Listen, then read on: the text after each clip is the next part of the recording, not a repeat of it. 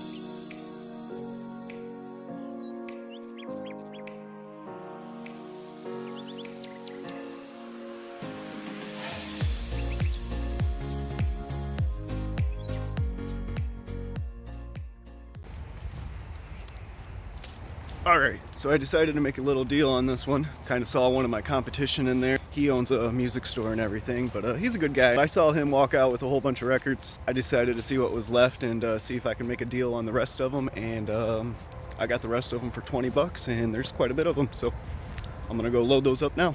Alright, so here's a stack of records that I just bought and everything. There was roughly a little over 130. And I paid like 20 bucks for these, so I'm looking at like 15 cents a pop. So even if I had to sell them at $1, I'll be fine. There was a couple titles in there that I noticed should be decent. Con Funk Shun. I noticed most of those go for about 10 bucks, and then there was a couple other LPs that I'm gonna really want to look up that had some funky album art, and normally funky album art goes for a decent price. Let's get into this next one, and hopefully I can get some video for you guys.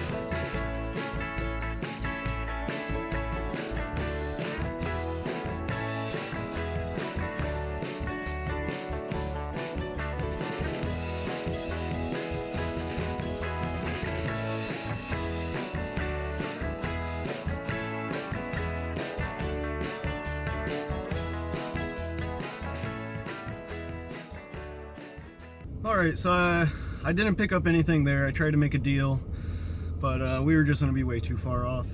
They wanted to count everything and pretty much only give me 50% off. It would have still been like close to 75 bucks for everything that I wanted. And most of the stuff that I wanted is either cardboard or paper form. And it is starting to rain. Would have been a lot of work and a lot of risk. So I decided to pass. There's like 2 more estate sales that I would like to try to get to. And then I'm gonna go to my storage unit and get some totes so I can get some listing done this weekend.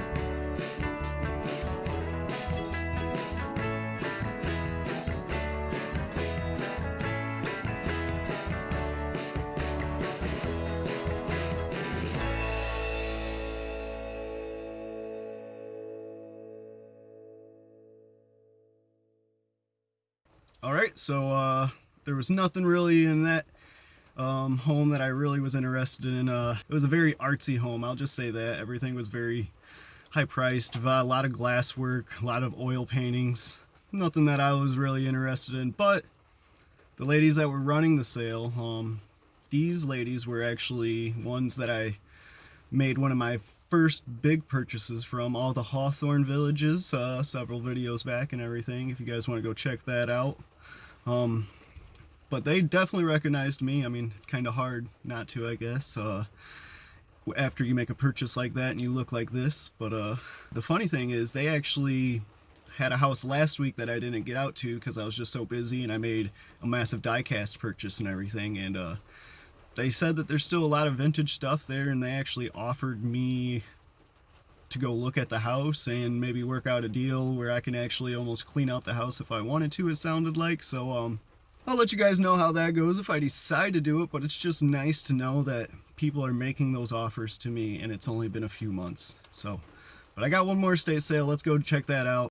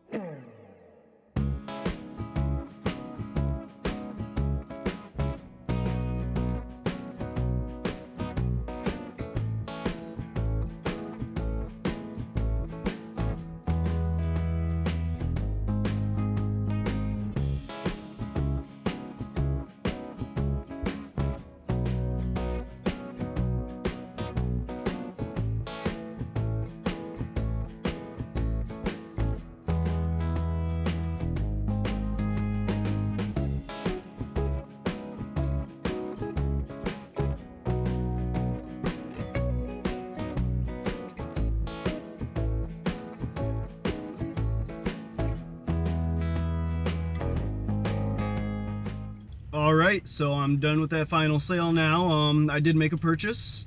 I wanted to buy a little bit more, but they had stuff, we'll just say, marked pretty highly priced and everything. I talked to the guy and everything, and he just said he just Googled a lot of prices, which means he probably got a lot of Amazon prices on his stuff. And comparing Amazon to eBay, well, apple to oranges, right? So a lot of this stuff was very overpriced, and I kind of even showed him stuff on eBay and was trying to get stuff for, you know, a price that I felt comfortable with, but he was pretty set on some of the stuff and everything. But I did buy a couple stuff off of him, so I'm not going to be able to show you too much. I'll flip the camera around though really quick. And I managed to get the Intellivision stuff off of him. Got the system down there. I bought his matchboxes off of him. It's filled with a whole bunch of different toys. Some of them are actually from the 70s or 80s.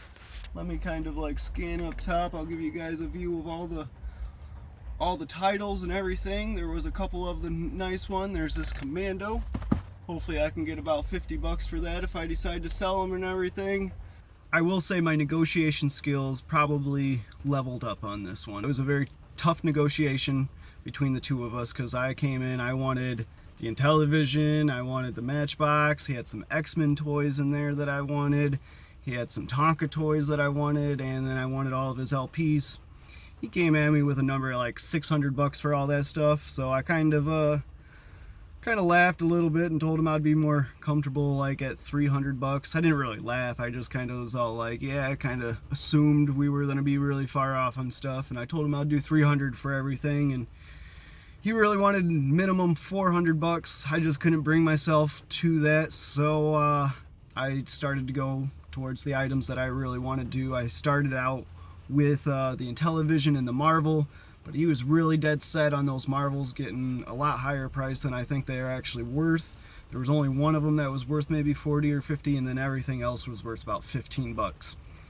So, and he had them all marked like $35 and 50 bucks. So I kind of just was like, okay, the X-Men's not going to happen, so I'm going to divert and try to figure out something else that I can get. And it was the Matchbox. I went over there, I pulled out, make sure that they weren't like new Matchbox stuff or new Hot Wheels, and I pulled over like several of them, and I saw like a 1980s number and a 1979, so I knew that some of the toys in there were going to be vintage and everything. So I just diverted, and I offered him the same thing that I wanted, the Intellivision and the Matchboxes for $150, and at first he was like $175, and I was like, well, you said $125 on the Intellivision, and you only have 60 bucks on this, so let's just do 25, and that's the $150 and everything. And he finally agreed to it. But man, I will say that was a tough one.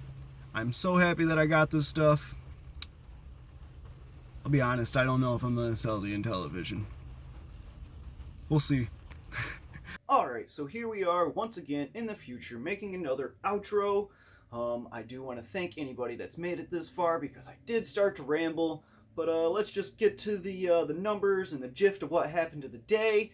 I did decide to put the Intellivision and all the games into my collection, so I'm gonna knock off $125 from that day. So my numbers are actually okay. I actually still technically, for the store, I spent $50 that day.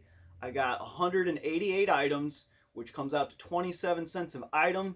I've already made my money back on these. There were some Shrek figurines that I will be showing in some recent showed videos. I also have sold some of the Matchbox cards as well, so I will be showing those also in the video. Alright guys, till next time, D out.